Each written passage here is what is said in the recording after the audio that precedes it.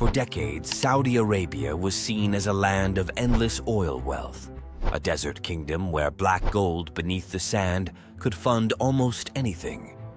Palaces, highways, megaprojects, and generous subsidies made it seem as if the country could achieve anything overnight. Citizens lived with a sense of security, protected from financial hardship by a state flush with oil revenues. But in 2025, cracks are beginning to appear, and many Saudis quietly admit something is going seriously wrong. The story begins with oil. For half a century, crude exports provided the vast majority of government revenue. When oil prices were high, Saudi Arabia could pay generous salaries, fund welfare programs, and keep taxes almost non-existent. Citizens were shielded from economic challenges, and the kingdom became a symbol of oil-powered prosperity. However, global energy markets are shifting. The push toward renewable energy is accelerating, and international demand for fossil fuels is no longer guaranteed. Oil prices fluctuate dramatically, and the once reliable safety net now feels uncertain. This volatility has put pressure on the kingdom's economy, making every budget decision far more critical. At the same time, the daily lives of ordinary Saudis are changing, and not always for the better. Subsidies on fuel, electricity, and water, once taken for granted, have been reduced. A value-added tax of 15% now impacts every purchase, from groceries to utility bills. For a population accustomed to decades of state generosity, these changes feel sharp and sudden. Families that once relied on subsidized essentials now find themselves budgeting carefully, sometimes for the first time in generations. Housing has become another critical concern. In Riyadh, Jeddah, and Dammam, rents have surged over the past 3 years. Apartments that previously rented for 30,000 riyals per year now command 50,000 or more. Young Saudis report that owning a home seems increasingly out of reach, despite government mortgage initiatives. The combination of rising living costs and stagnant wages has created frustration and anxiety among a population that is predominantly under 30. For many, the dream of independence and home ownership is slipping away, leaving families to make difficult trade-offs every month. Youth unemployment remains a major challenge. Despite scholarship programs and private sector incentives, nearly 1 in 4 young Saudis struggles to find meaningful employment. Many are educated with qualifications in business, engineering, and technology, yet they face a mismatch between their skills and the opportunities available. Tourism and service industries may provide jobs, but salaries in these sectors are often far lower than what graduates expect. This gap has fueled a sense of frustration and urgency among the younger generation, which now makes up more than 70% of the population. Foreign labor also plays a significant role in Saudi Arabia's workforce. More than a third of residents are migrant workers who fill essential roles in construction, domestic labor, and retail. Efforts to Saudize the economy, intended to increase employment for citizens, have often resulted in companies hiring Saudis on paper while still depending on cheaper migrant labor.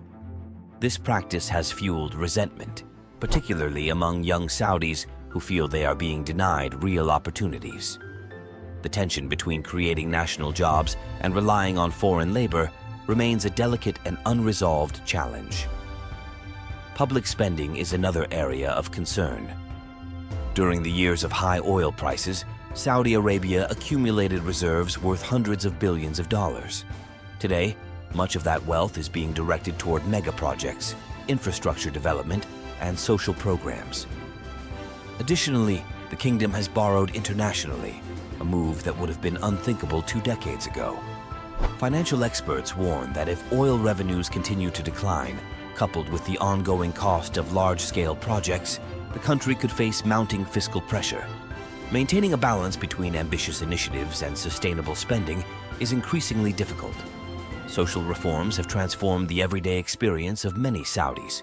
Concerts, cinemas, sporting events, and other public gatherings that were previously banned now attract both international stars and tourists.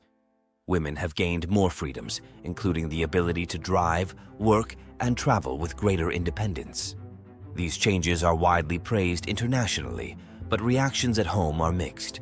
Some conservative factions resist the reforms, while others argue that changes do not go far enough. At the same time, political dissent remains tightly controlled, and outspoken critics risk imprisonment, creating an environment where progress and caution coexist uneasily. On the global stage, Saudi Arabia faces complex challenges. Its military involvement in Yemen has cost billions and damaged its international reputation. Relations with the United States, historically one of its closest allies, are now more complicated and less predictable. Meanwhile, China and Russia have emerged as alternative partners, offering investment and trade opportunities. But balancing these relationships requires careful diplomacy, and the kingdom risks entangling itself in regional and global disputes. Sports washing efforts, such as investing heavily in football, golf, and boxing events, have brought international attention but also criticism, as some argue these actions mask ongoing human rights issues. Trust is perhaps the most fragile element. Many ordinary Saudis wonder if the government's promises truly address their future or primarily serve to polish the kingdom's international image. Can a country still so dependent on oil and foreign labor realistically diversify its economy and provide sustainable opportunities for its citizens? Or are the current projects and reforms just temporary symbols of prestige with little lasting impact? These questions loom large across the country, and the answers will determine the social and economic stability of the coming decade. The kingdom is wealthy, yet wealth alone cannot solve its structural challenges. Without accessible housing, sustainable jobs, and meaningful economic opportunity, frustration will continue to grow. The younger generation, which forms the majority of the population, faces heightened stakes. Rising living costs, limited employment options, and social changes create both anxiety and pressure for reform. Despite the hurdles, there remains potential for Saudi Arabia to address these issues effectively. By focusing on sustainable employment, housing affordability, and transparent economic policies, the country could provide a more secure future for its citizens. Leadership decisions made today will shape the well-being of millions, and redirecting resources toward initiatives that directly improve citizens' daily lives could change the trajectory of the nation. In conclusion, something is undeniably going seriously wrong in Saudi Arabia. The oil wealth that once guaranteed prosperity is no longer sufficient, and without significant adjustments, ordinary citizens may find themselves increasingly vulnerable. However, with thoughtful leadership and strategic choices, there remains an opportunity to correct the course and build a more resilient society. What do you think? Can Saudi Arabia adapt to these challenges and provide a better future for its people? Or is it heading toward a crisis? Share your thoughts in the comments below, and don't forget to like and subscribe for more in-depth analysis on global developments.